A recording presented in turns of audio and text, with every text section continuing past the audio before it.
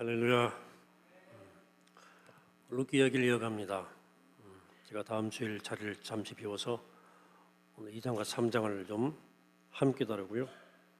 그걸 둘째 주에 4장을 다루고 추석 전에 룻기를 다 다루려고 합니다.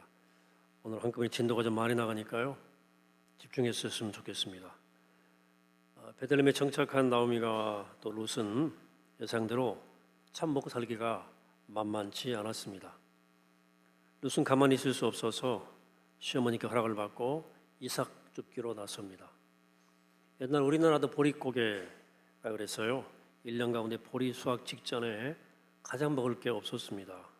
저장해 놓은 식량이 다 떨어져가는 이 시기에 우리 늘 먹거리가 부족해서 그때가 보릿고개예요. 이스라엘도 마찬가지였을 것입니다. 이런 이유 때문에 이스라엘은 가난한 사람들을 위해서 밥 모퉁이까지 곡식을 다 거두면 안 된다. 또 곡식을 벨 때 이미 지나간 후에 흘린 이삭은 가난한 사람들이 주워갈 수 있도록 남겨두도록 하는 법 규정을 만들어 놓았습니다. 지금 룻은 이 법에 따라서 룻은 생존을 위해서 식량을 구하러 나선 거죠. 근데 하필이면 찾아간 곳이 우연하게도 시아버지와 함께 친척지가 아닌 보아스라는 사람의 밭이었습니다. 보아스는 2장 1절에서 말하는 것처럼 유력한 사람이라고 되어 있어요. 재산도 많고 그 지역에서 신망이 높은 사람이었습니다. 가나안에 뛰던 나오미와 룻하고는 전혀 다른 대조적 인물이 이제 등장하는 거죠. 한편 룻이 간 곳이 보아스의 밭이라고 해도 꼭 주인이 나와 있을 필요는 없었는데 우연하게 그날따라 보아스가 일꾼들을 격려차 자기 밭에 등장합니다. 룻기 전체를 통해서 여러분들이 유심히 보시면 우연이라는 표현이 의도적으로 많이 쓰이는데 이건 우연을 강조하는 것이 아니고요, 우연처럼 보이는 필연을 말하는 것입니다. 즉 우연의 배후에는 활동하시는 하나님의 섭리를 강조하고 싶은 거예요. 우연이지만 우연이 아니다. 자, 보아스가 밭에서 일하는 일꾼들을 찾아와서 격려하면서 인사를 건네고 일꾼들도 주인에게 깍듯한 인사를 건넵니다. 아주 덕 있고 인격자예요, 주인이. 근데 평소 자기가 보지 못했던 젊은 아낙이 보이니까 누군지를 묻습니다. 그 설명을 들어요. 드디어 보아스가 룻에게 말을 건넵니다. 설명을 듣고 이제부터 놀라운 기적적인 사건이 시작이 되는 거예요. 보아스가 룻에게 처음 건넨 말이 이렇습니다. 첫째, 다른 데 가지 말고 내 밭에서 이삭을 주어라. 둘째, 다른 남자들이 그대를 건드리지 못하게 하겠다. 셋째, 목마르거든 주저하지 말고 와서 물을 마셔라. 이것은 단지 한 남자가 한 여자에게 작업을 거는 멘트가 아닙니다. 이건 사람과 사람 사이에 진정한 만남이 시작될 때 일어나는 특징을 묘사한 거예요. 자, 진정한 만남은 무엇이냐? 첫째, 진정한 만남은 내 인생의 밭에서 함께 양식을 나누는 거예요. 나 혼자 기쁘고 행복하게 살거나 내 창고만 가득 채우는 것이 아니라 내 삶의 밭에서 내 이웃이 기꺼이 이삭을 줍도록 허락하는 것이 참된 만남이다 하는 겁니다. 둘째, 진정한 만남은 말초적이고 가벼운 만남으로부터 그 사람을 지켜주는 겁니다. 동네마다 젊은 여자에게 찝쩍거리는 건달들이 있어요. 인물 좋고 젊으면 찝쩍거리죠. 그들은 사람을 가볍고 말초적으로 대할 뿐 진정한 만남에는 관심이 없어요. 우리는 때로 사람을 만날 때 그 사람에 대한 이런 진정한 어떤 관심이 아니라 이처럼 가볍고 비상적 수준의 만남을 유지할 때가 많습니다. 그러나 참된 만남은 이처럼 내 안에 있는 건달 같은 자세를 버리고 상대방에게 성실하게 진정한 관심을 가지고 다가서는 거예요. 이것이 내가 만난 사람을 건달로부터 지켜주는 것이기도 합니다. 셋째, 진정한 만남은 그 사람의 목마름을 채워주는 거예요. 우리는 저마다 우물을 가지고 있습니다. 진정한 만남을 가질 때 우리는 각자의 우물에서 물을 길어서 서로의 갈증을 채워줄 수 있습니다. 목마르거든 주저없이 내 우물에 와서 물을 마시라고 할 수 있는 만남이 진정한 만남이에요. 룻은 보아스의 이 따뜻한 관심에 감격합니다. 그러자 보아스가 말하죠. 나 당신에 대해 잘 들어서 알고 있고 이제 하나님의 날개 밑에서 보호를 받고 하나님의 넉넉히 그대 인생을 갚아주시기를 원한다는 축복 인사를 건넵니다. 마침 점심시간이 되자 보아스는 룻을 자기 일꾼들 그룹에 초대합니다. 그리고 떡을 식초에 찍어서 먹게 하고 볶음국식을 내주죠. 룻으로서는 상상치 못했던 아주 좋은 식사 한 끼를 대접받게 된 거죠. 그리고 보아스가 일꾼들에게 이릅니다. 룻이 곡식을 베고 난 뒷자리를 따라가게 하지 말고 곡식 단 사이에 줍도록 하고 일부러 이삭을 좀 더 많이 뽑아 흘려서 많이 줄 수 있도록 도와주라고 지시합니다. 룻은 하루 종일 많은 이삭을 주워서 집으로 돌아옵니다. 그날 예기치 못한 만남으로 룻은 오랜만에 참 마음이 행복했고 이 모든 이야기를 들은 시어머니의 마음에도 뭉클한 행복감이 밀려왔어요. 여러분, 이야기를 그저 남녀의 이야기로만 받아들이지 않게 되기를 바랍니다. 아담과 하와의 얘기가 단지 남녀 간의 이야기가 아닌 나와 너라고 하는 모든 인간관계의 본질에 대한 이야기인 것처럼 룻과 보아스의 만남은 남녀 간의 이야기지만 사람과 사람의 만남에 대한 메시지이기도 합니다.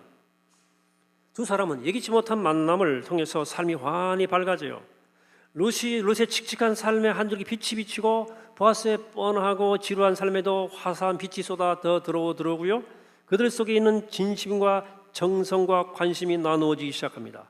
누가 봐도 행복이 시작되고 있는 장면이에요. 그런데 이런 기쁨과 행복은 짝을 찾는 두 남녀 사이에만 만남에서만 일어나는 게 아닙니다. 나와 너 사이의 모든 관계 속에서 일어날 수 있는 일이에요. 여러분, 그러면 우리 인생의 길목에서 누구를 만나든 신실하게 만났어요. 진실하게. 이게 행복의 시작입니다. 여러분 삶의 밭에서 여러분 이웃이 이삭을 줄 수 있도록 너그럽게 허락하세요. 또 가볍고 형식적이고 진심이 없는 자세로 사람 만나지 마시고 마음을 가지고 진심을 다해 그 사람을 만나세요. 우리 각 사람의 내면에 있는 우물에서 물을 길어 언제나 외로운 목마른 이웃에게 먹여주세요. 이런 만남은 반드시 행복으로 이어지는 행복의 시작이 될 거예요. 자, 이제 3장으로 넘어가는데요. 룻기 3장은 룻기 전체 하이라이트라고 볼 수 있어요. 여러분 전체를 읽어보셔야 됩니다. 굉장히 감동적 스토리가 진행이 됩니다. 어느 날 나오미가 룻에게 이렇게 말해요. 아가야, 내가 너 행복하게 살 만한 가정을 좀 찾아봐야 되겠다. 어머니가 재혼을 위해서 시어머니가 나서겠다는 거죠. 며느리 재혼을 위해서. 결혼 상대는 얼마 전 룻에게 후하게 베풀어준 보아스라는 거예요. 근데 정식으로 혼담을 주고받는 것이 아니라 룻으로서는 매우 당혹스러운 방법을 제안합니다. 당시 보리 수확을 마치고 타작하는 날에는 타작마당에 잔치를 벌이고 남자들이 그날 밤을 타작마당에서 지새는 풍습이 있었어요. 이것은 추수에 대한 기쁨을 축하하려는 목적하고 타작한 곡식을 도둑들로부터 지키려는 목적이 결합된 풍습이었어요. 그래서 보리 타작을 하는 그날 밤에 보아스가 먹고 마시며 타작마당에서 취해 잠들었을 때 그 잠자리에 들어가서 누우라는 거예요. 이 당혹스러운 제안에 무슨 토를 내지 않고 그대로 따르기로 합니다. 자, 타작이 있던 그날 밤 예상대로 보아스는 동네 사람들과 실컷 먹고 마시고 나서 낯가리 곁으로 가서 눕습니다. 시어머니가 시킨 대로 룻은 살그머니 다가갈 보아스 곁에 누워요. 보아스는 고온히 잠들었지만 추위 때문에 깨어 돌아눕다가 룻을 발견하고 깜짝 놀랍니다. 놀라서 누구냐? 물으니까 룻은 자기 정체를 말하죠. 그러면서 보아스에게 당신의 옷자락으로 나를 덮어달라고 얘기합니다. 프로포즈예요. 자기를 품어달라는 뜻입니다. 이 순간에 남자들의 반응은 보통 욕정을 따라서 룻을 품에 안거나 아니면 해픈 여자라고 나무라고 물리치거나 둘 중 하나일 겁니다. 근데 보아스는 룻을 품지도 않고 물리치지도 않았어요. 의외의 반응을 보인 거예요. 그러면서 당신은 참 복받을 여인입니다. 마음씨가 참 갸륵하고 현숙한 여인이요. 이렇게 말합니다. 그러면서 이렇게 말합니다.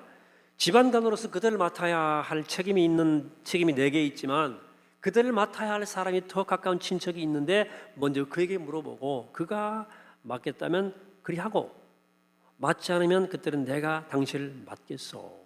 이렇게 말합니다. 이스라엘 관습 가운데 여자가 혼자 되면 그 가문 안에서 그 여자의 마타 책임져주는 관습이 있었어요. 그래서 이 꼬일이라고 하는 마타에 책임진다 하는 말은 그 과부와 결혼한다는 뜻이에요. 맡아서 책임을 지는 사람은 두 가지 의무를 감당해야 돼요. 하나는 그 홀로 된 여인의 불안정한 삶을 보호해 줘야 되고, 다른 하나는 중요한 건데 아이를 낳아 죽은 본래 남편의 대를 이어줘야 돼요. 레비리터 관습법이에요. 그러니까 그 과부를 맡아서 책임을 지는 남자 입장에서는 아이를 낳아도 자기 아이가 아니고 그 여자의 죽은 첫 남편의 애가 되는 것이기 때문에 별로 이게 달가운 일은 아니에요. 특이한 관습이지만 대를 잇는 일이 중요한 시절에 존재했던 풍습입니다. 제일 가까운 친척 순으로 책임을 맡되, 책임 맡는 건 자유예요. 안 맡을 수도 있어요. 안 못하겠다 그러면 넘어가는 거예요. 만일 책임을 지지 않으면 그 다음 가까운 친척에게 책임이 넘어가게 되는 거예요. 이런 배경에서 보아스는 대단히 신중하고 사려 깊게 처신합니다.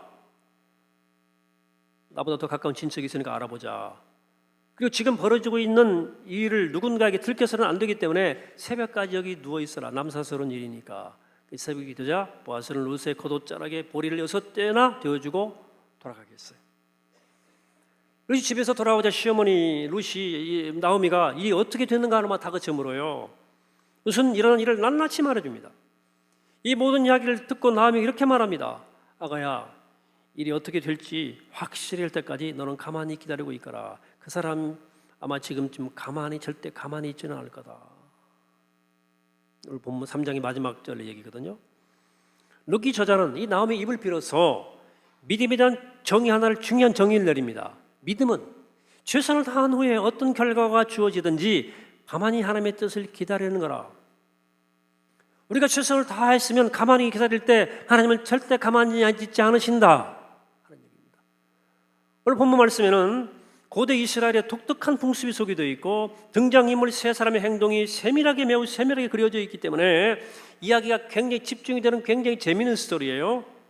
그런데 오늘 제가 여러분과 함께 집중하고자 하는 것은 이 세 주인공의 행동이 아니라 그 행동 이면에 숨겨져 있는 어떤 거예요.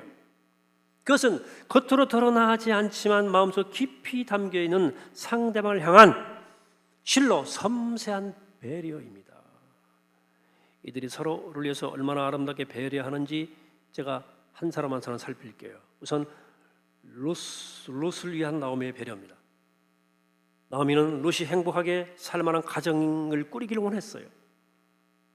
딸도 아닌 며느리예요. 며느리가 너무 고생하니까 고생하지 않도록 좋은 남편 만나 안정적인 삶을 살게 해주고 싶었던 거예요. 사실 룻마저 떠나면 나오미는 혼자예요. 또 힘겨운 삶을 살아가야 할 텐데 그보다는 룻의 행복이 우선이었어요.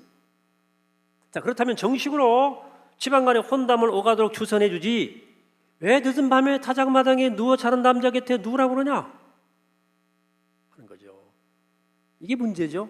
근데 사실은 이것도 룻에 대한 배려입니다. 왜? 룻은 모함 여자거든요. 혼담이 정식으로 오갈 경우 이스라엘 모든 가문으로부터 단번에 거절당할 가능성이 99%예요. 그런 룻에게 그러면 룻은 다시는 기회가 안 와요. 동네 소문 다 나요.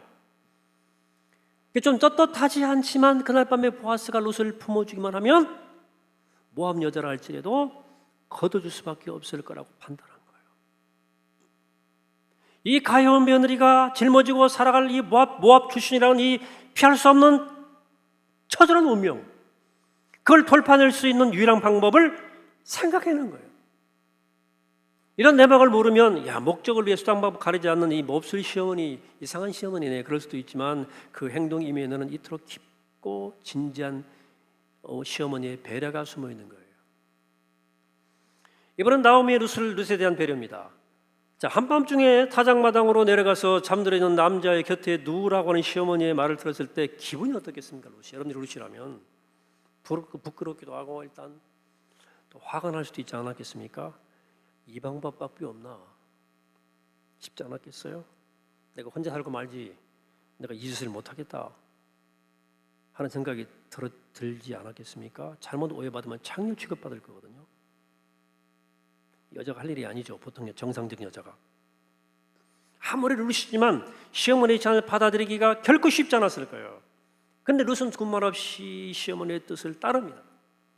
겉으로만 보면 룻이 지금 생각 없는 여자처럼 보이기도 하고 자기 행복하려고 그냥 불나밭처럼 앞뒤 안 가리고 뛰어드는 사람처럼 보이죠.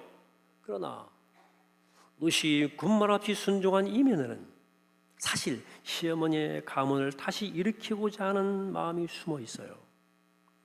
말하자면 룻은 시어머니를 위해서 그렇게 하기로 결단한 거예요. 자, 시어머니 나오미 일찍 남편 잃었어요. 두 아들을 다 잃었습니다. 다 세상 떠났어요. 말하자면 그 집안에 들어와서 대가 끊어진 거예요. 그러나 만일 룻의 집안간에 속한 어떤 남자와 룻이 집안간에 속한 어떤 남자와 결혼해서 아이를 낳게 되면 그 아이는 손이 끊겨버린 그 나오미의 가문의 아들이 되고 다시 그 가문은 데리려 가는 거예요. 자, 시어머니 위해서 룻은 고향을 버리고 떠나온 여자입니다. 시어머니를 위해서. 시어머니의 가문을 다시 일으킬 절호의 찬스가 온 거예요. 그래서 기꺼이 주저하지 않고 오해를 무릅쓰고 이 일에 뛰어들기로 한 겁니다. 물론 룻이 보아스에게 호감이 있을 수도 있고요. 또 그 남자가 부자잖아요. 재산에 탐났을 수도 있었겠죠. 그러나 이것은 사람의 외적 행동을 보고 판단하는 시선이죠. 보아스는 젊은 여자가 호감을 갖기엔 나이가 너무 많았습니다. 재산 많은 남자 보아스 말고도 세상에 널려 있었어요. 룻의 의도는 틀림없이 시어머니를 위한 거예요. 룻은 사람들로부터 가장 오해받기 쉬운 상황에서 모든 오해를 무릅쓰고 나서기로 결단한 겁니다. 그것은 시어머니를 향한 깊은 배려의 행동, 결단의 행동이었습니다. 자, 보아스, 룻을 향한 배려가 있죠. 자, 보아스는 흥겨운 잔치가 끝나고 다장마당에 취해 잠들었어요. 그러다가 잠자는 어떤 여인이 누워있음을 발견하고 깜짝 놀라죠. 또 그게 룻인 거야. 근데 대단히 침착하게 행동을 합니다. 또 깜짝 놀랐죠. 왜냐하면 그런 단번에 룻이 왜 이런 행동을 했을까를 이 상황을 한 번에 이 상황 자체를 파악을 한 거예요. 겉 행동이 아니라 속마음을 읽을 줄 알았던 거예요. 시어머니를 모시고 살기에 모압인이란 신분을 불구하고 낯선 땅으로 떠나온 이 가락한 여인이 바로 룻이란 사실을 보아스는 이미 잘 알고 있었어요. 시어머니만 아니라면 재산 많은 젊은 남자를 만나는 것이 룻에게는 여러모로 좋은 일이에요. 그런데 시어머니의 집안을 일으키는 목적이 아니라면 굳이 집안 간의 책임을 져야 하는 나이 많은 남자를 만날 이유가 없어요. 그 야심한 밤에 자신을 품어달라고 찾아온 룻을 보자마자 보아스는 야, 이게 시어머니를 위해서 자기를 버리는구나 하는 그 갸륵한 속마음을 꿰뚫은 거예요. 감동이 확 밀렸겠죠. 그래서 오해의 소지가 많은 이 상황에서 이렇게 말한 거예요. 당신은 주께 복받을 여인이자 마음씨가 참 갸륵하고 현숙한 여인이다. 보아스는 혹시라도 룻의 행동이 다른 사람에게 오해를 받을까 봐 새벽까지 가만히 누워있으라. 꼼짝만 움직이지 마라. 동이 둘 무렵 되자 타작 한 보리를 겉옷에 가득 부어주고 조용히 돌아가게 합니다. 보아스의 깊고 섬세한 이 배려, 마음의 날개가 춥고 외로웠던 룻을 따스하게 덮어줍니다. 굉장히 오해할 수 있는 상황, 본인도 이상하게 생각할 수 있는 상황인데 감정이나 욕망에 따라 중동적으로 행동할 수 있었던 순간이었지만 보아스는 실수하지 않고 룻을 가장 고귀하고 사려 깊게 대해줍니다. 진정한 배려는 그 사람의 겉으로 드러나는 행동이 아니라 속마음을 읽을 줄 아는 거예요. 그 속마음을 읽고 사려 깊게 대해주는 게 배려죠. 오늘 얘기 제목을 붙인다면 이 장면 타작마당에 잠 못 이루는 밤이라고 붙이고 싶습니다. 저는 가만히 보면 본문의 등장인물 세 사람이 모두 하나같이 떤 눈으로 밤을 지새운 거예요. 왜 그랬을까? 서로 아끼고 사랑하고 배려하느라 밤잠을 설쳤습니다. 생각해 보세요. 나오미는 며느리 룻을 외간 남자한테 보내고 있고 발 뻗고 잘 수 있었을까요? 잠이 왔겠습니까? 새벽녘에 룻이 돌아오자마자 헐레벌떡 룻을 맞이한 거 보면 잠 못 잔 거예요. 룻은 타작마당에 누운 보아스 잠자리에서 새끈새끈 잠들었을까요? 천만에 보나마나 눈 뜨고 눈 뜬 눈으로 밤을 새웠어요. 잠이 옵니까 그때? 보아스는 룻 때문에 깨어난 다음에 그 다음에 아이고 다시 자자 코 골고 쿨쿨 잠들었을까요? 혹시라도 룻이 불편할까 봐 안절부절하면서 제대로 잠 못 잤습니다. 나오미는 룻을 배려하고 룻은 나오미를 배려하고 보아스는 룻을 배려합니다. 이 다장마당을 중심으로 잠 못 이루는 이 세 사람은 서로가 서로를 배려하느라 밤잠을 설치고 있어요. 이게 참된 배려 아닙니까? 다장마당에 잠 못 이루는 밤, 정말 아름답고 감동적인 장면이에요. 오늘 말씀을 통해서 본문의 등장인물 세 사람이 어떻게 서로를 배려하는지 제가 살펴봤어요. 이야기를 풀어가면서 배려가 무엇인지가 정리가 되는 부분이 생겨요. 정리합니다. 첫째, 배려는 말없이 베푸는 사랑입니다.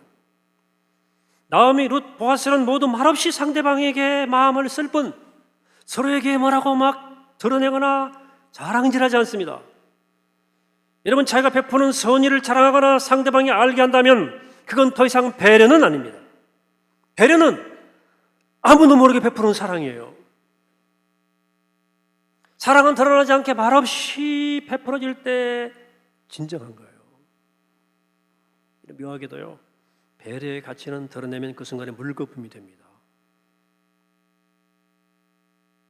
아무것도 아닌 게 돼요. 근데 안 드러내면 오래도록 그 사람 마음에 감동을 주고 은은한 향기로 남게 되는 것입니다. 둘째예요. 배려는 인간이 가진 하나님의 성품입니다. 배려만큼 하나님의 마음을 닮은 게 없어요. 오늘의 주인공 세 사람은 서로가 서로를 배려하면서 서로에게 하나님의 마음을 보여주고 있는 거예요. 나오미는 룻의 진정한 행복을 찾아주고자 하는 하나님의 마음을 보여주는 거예요. 룻은 나오미의 삶과 미래를 위해서 자신을 바치는 다 헌신하고 희생하는 하나님의 마음을 보여주는 거예요. 보아스는 룻을 포근한 날개로 덮어주는 하나님의 마음을 보여주고 있는 거예요. 배려는 우리에게 주신 하나님의 성품입니다. 우리가 배려할 때 우리는 누군가에게 하나님의 마음을 느끼게 해주는 거예요. 그래서 배려는 가장 깊은 차원의 전도입니다. 만약 우리가 누군가를 진심으로 배려하면 그 사람은 하나님을 감정적으로 경험합니다. 그 내가 배려하는 순간 우리 스스로 우리 영혼 안에 가득 찬 하나님의 마음을 경험하게 되는 거예요. 하나님의 성품이 내 안에서 회복되고 있는 거예요. 셋째, 배려는 그 은혜가 반드시 자신에게 돌아옵니다. 나오미는 그저 가엾은 그 며느리 룻을 위해서 배려를 베풀었지만 결국 자신의 무너진 가문을 다시 일으키는 놀라운 은혜를 입게 됩니다. 룻은 사랑하는 시어머니를 배려해서 자신을 희생하려 했지만 결국 가장 사려 깊고 믿을 만한 남편 얻고 행복한 가정을 이루고 위대한 다윗 가문을 이루는 은혜를 입게 됩니다. 보아스는 조심스럽고 사려 깊게 룻을 존중하고 배려했지만 결국 정숙하고 속이 깊은 위대한 아내를 얻어 새 삶을 시작하게 됩니다. 어떻습니까? 세 사람 모두 서로 다른 사람의 행복과 관심을 기울였는데 결과적으로 자신들에게 은혜가 돌아왔습니다. 이게 배려의 은혜이고 배려의 축복이고 배려의 신비예요. 사랑하는 여러분, 룻 기장과 3장입니다. 진정한 만남은 행복의 시작이고 배려는 행복의 우물이다. 우리가 누군가를 만날 때 가슴으로 만나고 진실을 만날 때 거기서 행복은 시작되는 거예요. 이웃에게 말없이 친절을 베풀고 안 드러나게 따뜻한 손길을 나눠주고 조용히 그를 지지해주고 붙들어줄 때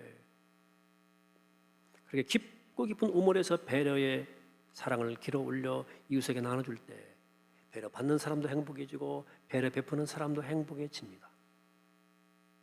배려 받은 사람도 하나님의 은혜를 맛보게 되고 배려 베푼 사람도 하나님의 은혜를 맛보게 됩니다. 따라서 배려는 정말 행복의 셈입니다. 배려는 행복의 우물입니다. 그러므로 우리 모두 아름다운 만남을 통해서 서로 배려하는 아름다운 하나님의 사람들로 살아서 이 땅에서 천국의 행복을 맛보는 우리 모두가 되기를 이 시간 주의 이름으로 간절히 축원합니다. 도와주시겠습니다.